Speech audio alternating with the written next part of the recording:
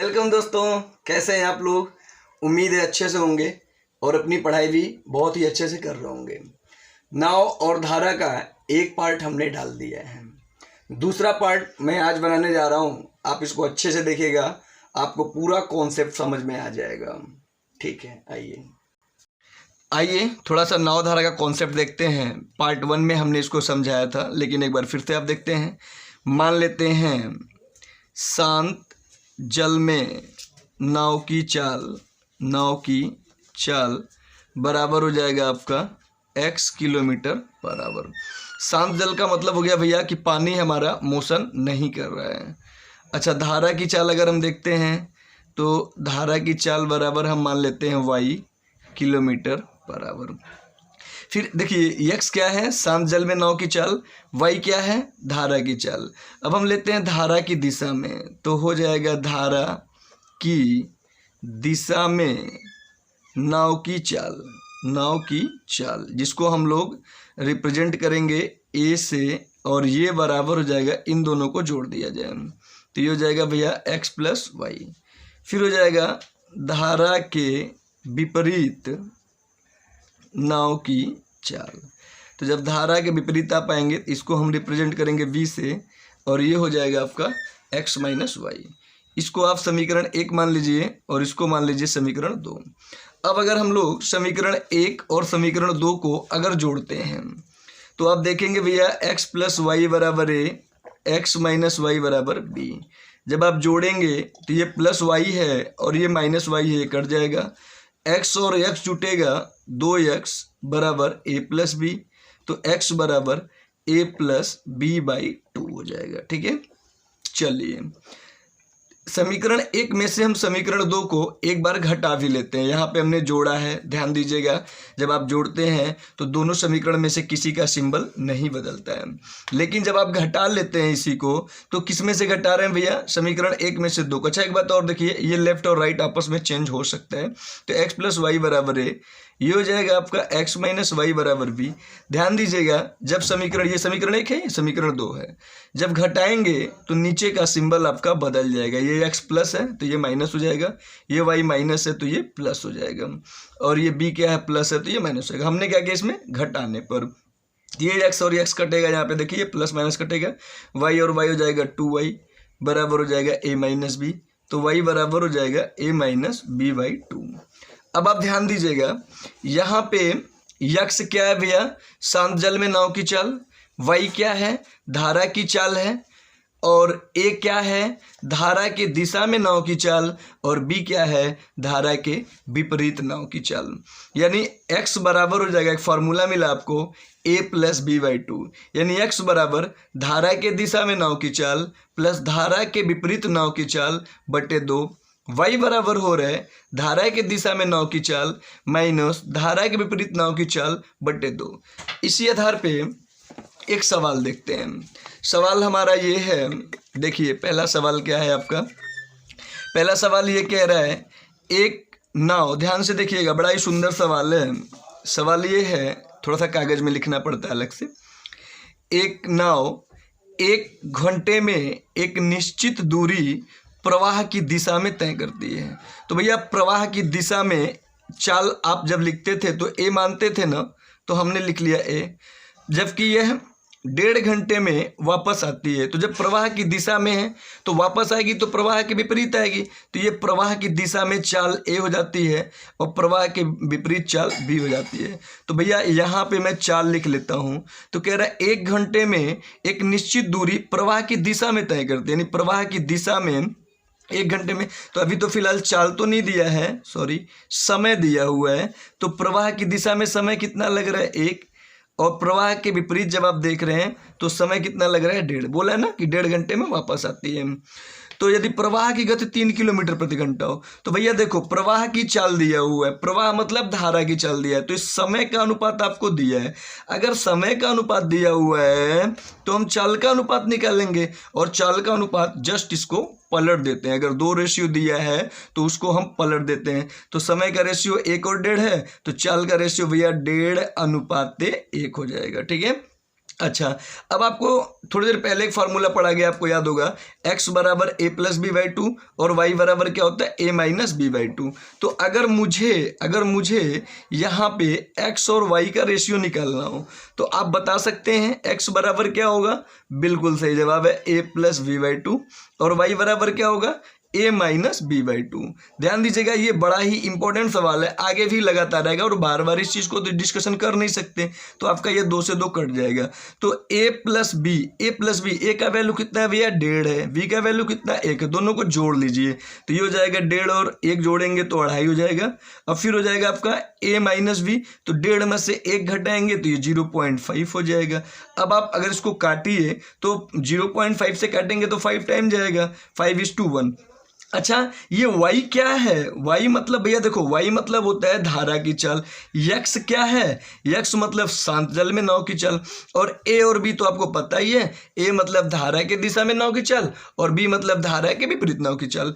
अब आप देखेंगे दिया हुआ है, यदि प्रवाह की गति 3 किलोमीटर प्रति घंटा हो, प्रवाह मतलब y, तो y के वैल्यू तो 3 दिया हुआ है। अच्छा, y का मेरा अनुपात कितना आ रहा है 1, तो मेरे हिसाब से 1 आ रहा है, सवाल के हिसाब से 3 आ रहा है। तो पूछा प्रवाह की गति 3 हो तो स्थिर पानी में नाव की गति बताइए। तो भैया स्थिर पानी में नाव की गति क्या होता है x, और इसका जो रेशियो है वो कितना है 5। तो जब 1 का वैल्यू 3 हो गया तो 5 का वैल्यू क्या होगा 15, ये हो जाएगा answer 15 kilometre per hour. Clear है, ओके। आइए अगला सवाल देखते हैं।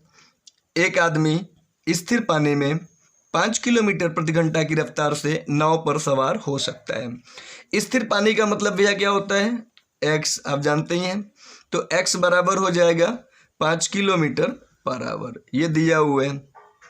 यदि प्रवाह की गति 1 किलोमीटर पर आवर है, प्रवाह की गति अभी थोड़ी देर पहले ही पढ़ा गया, प्रवाह मतलब धारा, धारा की गति क्या है y बराबर दे दिया है 1 किलोमीटर पर आवर, और उसे एक जगह पर जाकर वापस आने में 1 घंटा लगता है, मतलब वो 1 घंटे में जाता भी है और वापस भी आ जाता है, तो वह जगह कितनी दूर। वेरी सिंपल क्वेश्चन, बहुत ही आसान क्वेश्चन है कि भैया मान लो ये बिंदु A है, ये बिंदु B है, ये महोदय बिंदु A से बिंदु B तक जाते हैं और फिर वापस भी आ जाते हैं, तो वह दूरी पूछा है, हम मान लेते हैं दूरी d किलोमीटर है, ठीक है। तो ये 1 घंटा जो समय लग रहा है वो किसका समय है भैया, जाने का समय और प्लस आने का समय बराबर कितना हो जाएगा 1 घंटा हो जाएगा। तो आप जानते हैं एक बार ये महोदय जब जाएंगे तो धारा के दिशा में जाएंगे और एक बार जब आएंगे धारा विपरीत आएंगे, तो जाने का समय बराबर क्या होता है बताइए, दूरी बटे चाल। दूरी मान लेते हैं d है, मानना क्या पहले ही मान लिया है। अच्छा, मान लो अगर ये धारा के दिशा में जाएगा तो चाल क्या होगा, जोड़ लेंगे, मतलब भैया जोने दिशा में पानी बह रहा है वही दिशा में जाएगा तो जोड़ लीजिए, x प्लस वाई हो जाएगा, जोड़िए तो हो जाएगा 6 अधन आने का समय। तो जब आप एक बार पानी के दिशा में जाओगे तो जब वापस आओगे तो उल्टा ही ना पड़ेगा जी, तो घटा लेंगे, तो 5 में से 1 जाएगा, क्या होगा 4 बराबर 1, लघुत्तम हो जाएगा आपका 12, 6 और 4 का 12, तो 6 से आप 12 में भाग देंगे तो ये हो जाएगा 2d, और 4 से भाग देंगे तो ये हो जाएगा 3d, बराबर क्या होगा भाई 1। तो अच्छा इसको थोड़ा सा देखते हैं, तो भैया ये हो जाएगा आपका कि 5d बराबर 12, तो d बराबर 12 में भाग देंगे तो ये हो जाएगा 2.4 किलोमीटर। क्लियर है, ओके। आइए अगला सवाल देखते हैं। एक नाव 3 घंटे में धारा के प्रतिकूल जाती है। तो भैया आपको याद होगा, मैं यहाँ लिखता हूँ a और b और यहाँ लिख देता हूँ समय। a का मतलब होता है धारा की दिशा में चाल, b का मतलब होता है धारा के विपरीत चाल, ये आप लोग जानते हैं। तो चाल तो फिलहाल नहीं दिया, लेकिन समय आपको बता रहे कि एक नाव 3 घंटे में धारा के प्रतिकूल जाती है। तो धारा के प्रतिकूल कितना देर में जाती है 3 घंटा, ये हो गया 3 घंटा। वह उतनी ही दूरी, मतलब जितना दूर जाती है वही दूरी जब वापस आती है, वापस मतलब धारा के दिशा में जब आती है, जब वह बहाव के साथ 2 घंटे चलती है, जब वापस आएगी तो बहाव के साथ, यानी सिंपल है जल्दी आ जाएगी, 2 घंटा लगेगा उसे, ठीक है। धारा की गति की तुलना में स्थिर पानी में नाव की गति का अनुपात बताइए। तो भैया ये बोल रहा है धारा की गति की तुलना में नाव की गति का अनुपात बताना है। बड़ा ही आसान सा सवाल है, गति के बारे में बात कर रहे हैं तो समय हो गया 2, 3, तो भैया चाल क्या हो जाएगा बताओ, पिछले सवाल में लगाए थे 3, 2 हो जाएगा। तो यहाँ पे अगर हम लोग देखा जाए तो x और y का जब रेशियो आप निकालेंगे तो x और y का रेशियो x बराबर क्या होगा भैया a+b/2, याद है a+b/2, और y बराबर क्या होगा a-b/2। देखो ये लिखने की आदत है, बाकी आप जानते हैं 2-2 कट जाता है हमेशा, इसको जोड़ लीजिए। तो 3 + 2 जोड़ेंगे कितना होगा भाई 5 हो जाएगा, और 3 में से 2 घटाएंगे 1 हो जाएगा। तो ये रेशियो क्या हो जाएगा आपका 5:1, ऑप्शन नंबर 3 हो जाएगा। क्लियर है? ओके। आइए अगला सवाल देखते हैं। सवाल ये है क्वेश्चन नंबर 4, एक नियत समय में एक व्यक्ति धारा के विपरीत जितनी दूरी तय करता है। तो भैया ए और बी थोड़ा सा लिखते हैं। आप जानते हैं ए और बी क्या है, चलिए बताइए क्या है। ए मतलब धारा के दिशा में चाल, और बी मतलब धारा के विपरीत चाल। अच्छा, एक फॉर्मूला आपने पढ़ा है कि भैया चाल बराबर होता है दूरी बटे समय। यहाँ से आप जानते हैं कि जो चाल होती है वो समय का व्युत्क्रमानुपाती होता है। देखिए समय नीचे लिखा है ना, व्युत्क्रमानुपाती, लेकिन जो चाल होती है वह दूरी के अनुक्रमानुपाती होती है। अनुक्रमानुपाती मतलब जब आपकी चाल बढ़ेगी तो दूरी भी बढ़ेगी। तो बता रहे एक निश्चित समय में, यानी समय को कांस्टेंट किया है, एक व्यक्ति धारा के विपरीत जितनी दूरी तय करता है। तो भैया धारा के विपरीत हमने ये है तो यहाँ लिख देते हैं दूरी, और धारा के विपरीत जितनी, अब दिया तो है नहीं तो हम मान लेते हैं धारा के विपरीत महोदय 1 तय करते हैं। जब धारा के विपरीत जितनी दूरी तय करता है, ठीक है, कर उससे दुगुनी धारा के दिशा में तय करता है। तो जब धारा के दिशा में आप आओगे तो दुगुना तय करेगा। यदि धारा की गति 3 किलोमीटर प्रति घंटा, अब आपको धारा की गति बता रहा है तो बोला है व्यक्ति की गति बताए, तो बड़ा ही आसान सवाल है। देखिए चूंकि दूरी का अनुपात दिया हुआ है तो मेरे भाई जो दूरी का अनुपात होता है वही अनुपात आपके चाल का भी होता है। इस चीज़ को दिमाग में रखिएगा कि जो दूरी का अनुपात होता है वही आपके चाल का भी अनुपात होता है। तो ये हो जाएगा 2:1। अभी थोड़ी देर पहले हमने पढ़ा है कि x और y की अगर बात किया जाए तो x मतलब क्या होता है शांत जल में नाव की चाल, y मतलब क्या होता है धारा की चाल, और x बराबर अभी आप पढ़े हैं a+b/2 और y बराबर पढ़े हैं a-b/2। ठीक है, ये 2 से 2 कट जाएगा। अच्छा आइए थोड़ा सा देखा जाए a+b का मतलब क्या हुआ मेरे भाई 2 + 1, ये 3 हो जाएगा, और a-b का मतलब हो जाएगा 2 - 1 हो जाएगा। अच्छा ये 1 क्या है, 1 देखिए किसके नीचे आया, y के नीचे आया। y क्या है, y मतलब धारा की चाल। 3 क्या है, 3 x के नीचे है, और x मतलब होता है शांत जल में नाव की चाल। तो मेरे भाई यहाँ पे बताया है कि धारा की चाल 3 किलोमीटर प्रति घंटा है। धारा मतलब 1, धारा मतलब 1, धारा मतलब 1 कैसे हुआ, क्योंकि धारा जो है y है और y के नीचे 1 लिखा हुआ है अनुपात में, तो इसका वैल्यू बता रहा है 3 किलोमीटर पर आवर, मतलब 1 का वैल्यू 3 किलोमीटर पर आवर है। तो व्यक्ति की गति पूछा है, व्यक्ति का मतलब होगा कि शांत जल में नाव की चाल, अगर व्यक्ति है तो व्यक्ति की चाल, तो 3 का वैल्यू पूछ रहा है। तो भैया 1 का वैल्यू जब 3 हो जाएगा तो 3 का वैल्यू क्या होगा 9, तो हो जाएगा ऑप्शन नंबर बी। ठीक है, आइए अगला सवाल देखते हैं। शांत जल में एक बोट की चाल एक नदी के धारा की चाल से 8 किलोमीटर प्रति घंटा ज़्यादा है। ठीक है, तो बोट की चाल मतलब क्या होता है भैया x, और धारा की चाल क्या होते हैं y। तो कह रहा है एक बोट की जो चाल है, मतलब x के बारे में बता रहा है कि ये जो बोट की चाल है या धारा की चाल से 8 किलोमीटर प्रति घंटा ज़्यादा है। तो धारा की चाल तो y है, तो बोट की चाल क्या हो जाएगी भैया y+8। चलो मानने में क्या जा रहा है, यदि बोट धारा के विरुद्ध, ये अनुपात लिखने की आवश्यकता नहीं है, ये मतलब x, अब x नहीं रह गया, x के जगह पे y+8 हो जाएगा, और बाकी ये तो y है ही।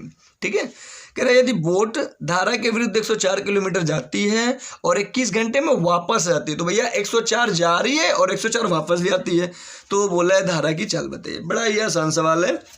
अब बोलेंगे जाने का समय और प्लस क्या हो जाएगा भाई आने का समय, और ये बराबर हो गया आपका 21 घंटा हो जाएगा ना।